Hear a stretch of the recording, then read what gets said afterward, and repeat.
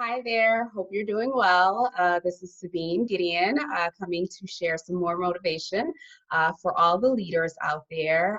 Just a little bit about me. I am, again, Sabine Gideon, the founder of Gideon Enterprises. I'm also an author, book Transformed: The Journey to Becoming, and also a facilitator, workshop a facilitator, and motivational speaker.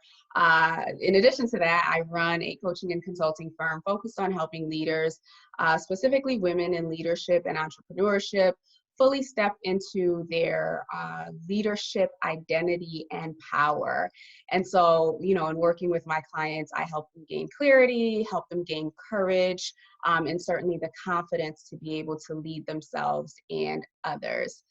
So if you want to learn more about me, feel free to check out my website, www.sabinegideon.com.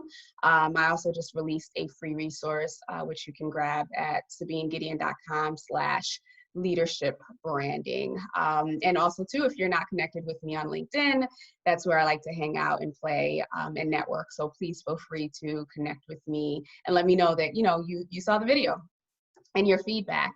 And so now that that's over, I just wanted to quickly, give some motivation, encouragement, and also to some guided strategy almost for leadership, especially during this time in this period. I've been working with leaders now for going on almost 15 years. And, we've seen the great ones, and most of us have experienced some not so great ones as well.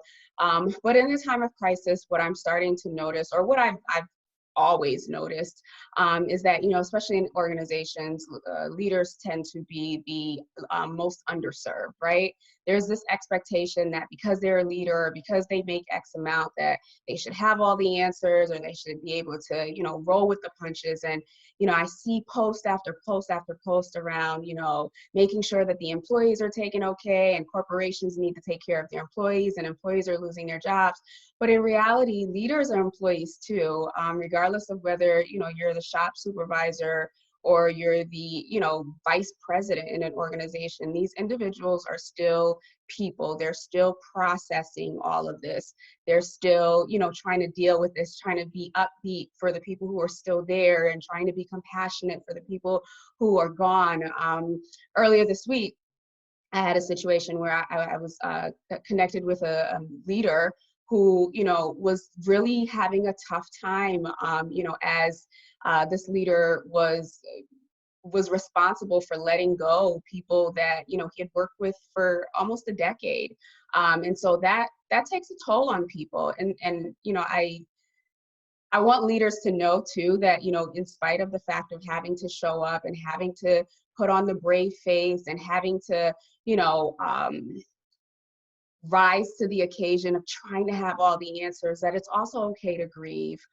We spend more time at work than we do any other place. And I mean, obviously now we're all working from home, but that doesn't take away the fact that, we build these relationships with these individuals. We know about their family, we know about their children, we know about all of these things. And then, when they're no longer there, there's still a process of grieving that needs to happen. So, for you leaders out there who are really struggling to, not only just maintain operations and keep people motivated and, keep business coming in through the door, but also to making those tough decisions and having to process with possibly guilt and possibly, resentment of having to be the one to take away the livelihoods of other people. Just know that it's okay for you to grieve. It's absolutely okay for you to grieve. And to the extent that you can, you have to let go of the guilt or resentment that comes with that. At the end of the day,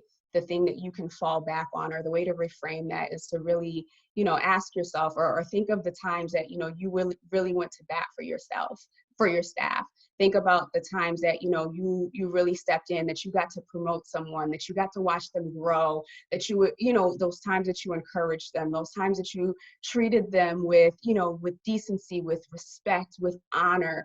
Those are the things that your employees are going to remember long after this situation ends. So, you know, focus rather on the impact that you did make, or that you have made, or that you are making right now in this place, versus, you know, the loss of the team. Definitely grieve over that, but also don't forget that you've also made a positive impact in that person's life. Hopefully, prayerfully, that's the type of leader that you are.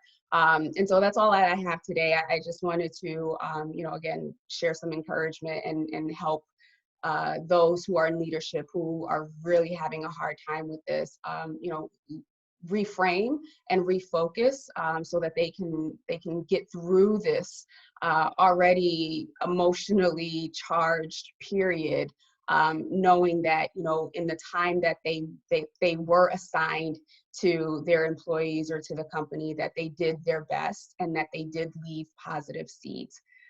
Feel free to share your feedback in the comments. I'd love to hear, you know, especially for managers who have had to let people go, or who, you know, are just trying to pull everything together, what strategies you're implementing, what, you know, tools and resources that you've identified. So please feel free to add that in the comments below. Until next time, thank you.